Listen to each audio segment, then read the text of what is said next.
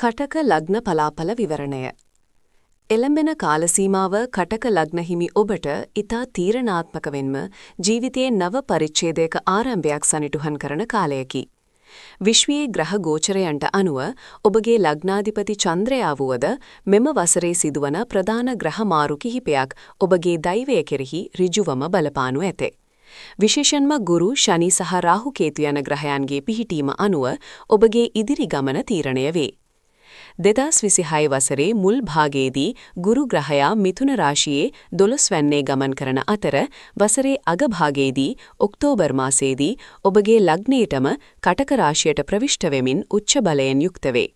ශනි ග්‍රහයා වසර පුරාම මීන රාශියේ 9 වැන්නේ ගමන් කරමින් වාසනාව සහ ධර්මය පිරිදඳ කටයුතු මෙහෙයවයි.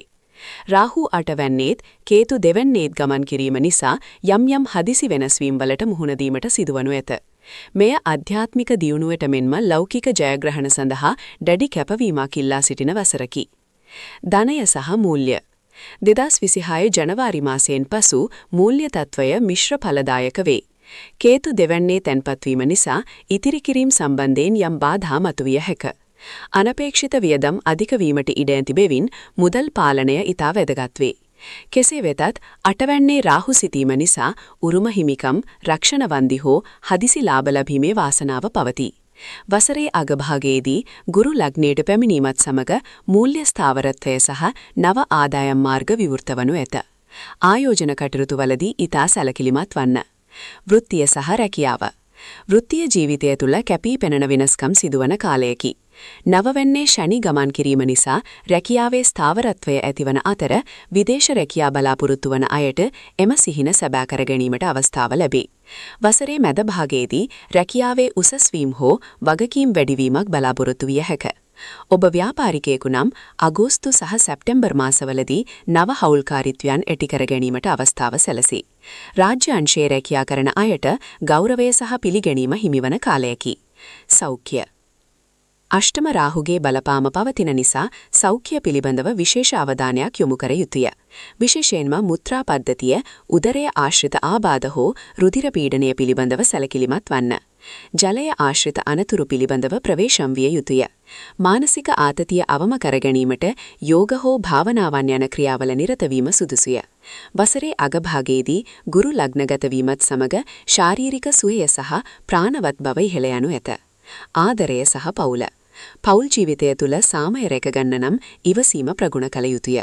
දෙවැන්නේ කේතු සිටීම නිසා වචන පාවිච්චි කිරීමේදී කල්පනාකාරී වන්න. නොසැලකිලිමත් පවසන වචනයක් නිසා පවුලේ සමගිය පළුදු විය හැක.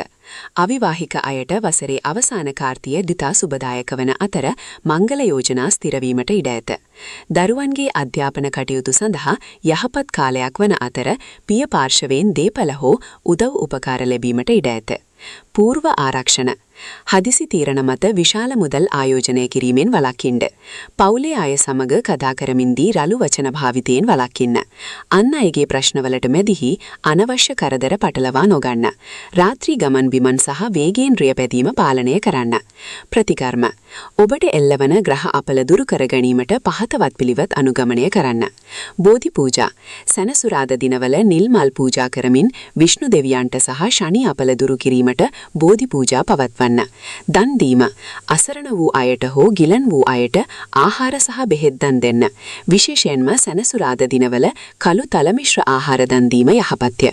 ගාථා රත්නය සෑම දිනකම උදෑසන සහ සවස ඉතිපිසෝ ගාථාව සහ මහා මංගල සූත්‍රය සජ්ජායනය කරන්න.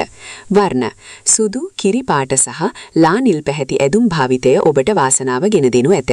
මෙම ග්‍රහ ගෝචරයන්ට අනුව තැන්පත්ව සහ බුද්ධිමත්ව කටයුතු කිරීමෙන් 2026 වසර ඔබට ජයග්‍රාහී වසරක් බවට පත් කරගත හැක. අපගේ YouTube නාලිකාව නරඹන ආදරණීය ඔබ තවමත් අපව සබ්ස්ක්‍රයිබ් කර නොමැතිනම් කරුණාකර සබ්ස්ක්‍රයිබ් කර සහයෝගය දක්වන්න. ස්තුතියි.